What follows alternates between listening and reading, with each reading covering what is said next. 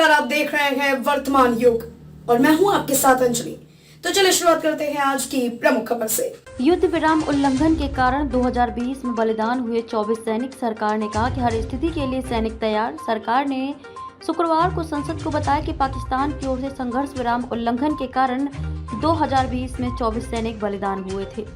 साझा किए गए आंकड़ों के अनुसार संघर्ष विराम उल्लंघन के कारण 2020 में 24 सैनिक वीरगति को प्राप्त हुए, जबकि 22 नागरिकों की जान चली गई।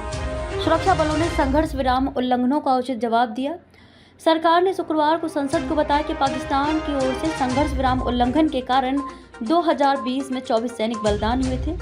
रक्षा राज्य मंत्री अजय भट्ट ने लोकसभा में एक प्रश्न के उत्तर में कहा कि फरवरी 2021 के बाद से संघर्ष विराम उल्लंघन की केवल 3 घटनाएं हुई हैं और नियंत्रण रेखा पर गोलीबारी की कोई घटना नहीं हुई है। हालांकि हमारे सैनिक सभी स्थितियों के लिए तैयार हैं। कितने नागरिकों ने गंवाई थी जान?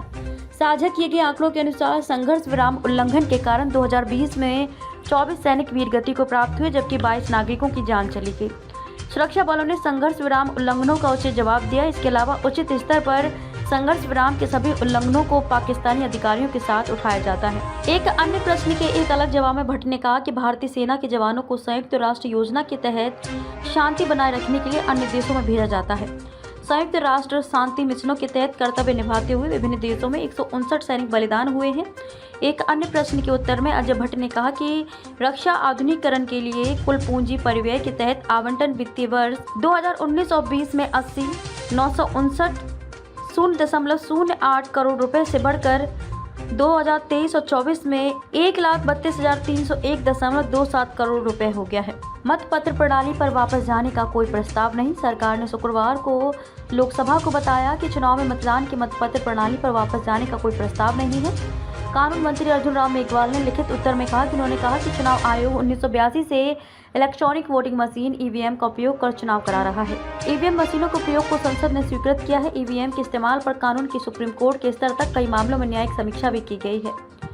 एफटीए की समीक्षा कर रही सरकार सभी मुक्त व्यापार समझौतों एफटीए की बारीकी से निगरानी कर रही है। राज्यसभा में लिखित उत्तर में वाणिज्य और उद्योग राज्य मंत्री अनुप्रिया पटेल ने कहा कि सरकार यूरोपीय संघ, ब्रिटेन, यूरोपीय मुक्त व्यापार संघ EFTA और कनाडा के साथ FTA पर बातचीत कर रही है। उन्होंने कहा कि भारत ने अपने व्यापारिक साझेदारों के साथ 13 मुक्त व्यापार समझौतों FTA और 6 तरजीही व्यापार समझौतों PTA पर हस्ताक्षर किए हैं। दक्षिण पूर्वी एशियाई राष्ट्रों का संगठन आसियान और दक्षिण कोरिया के साथ FTA की भी समीक्षा की जा रही है। खबरों में अब तक के लिए बस इतना ही। मिलते हैं फिर ऐसे ही किसी बड़ी खबर के साथ। तब तक के लिए नमस्कार और देखते रहिए वर्तमान युग, वर्तमान का सच।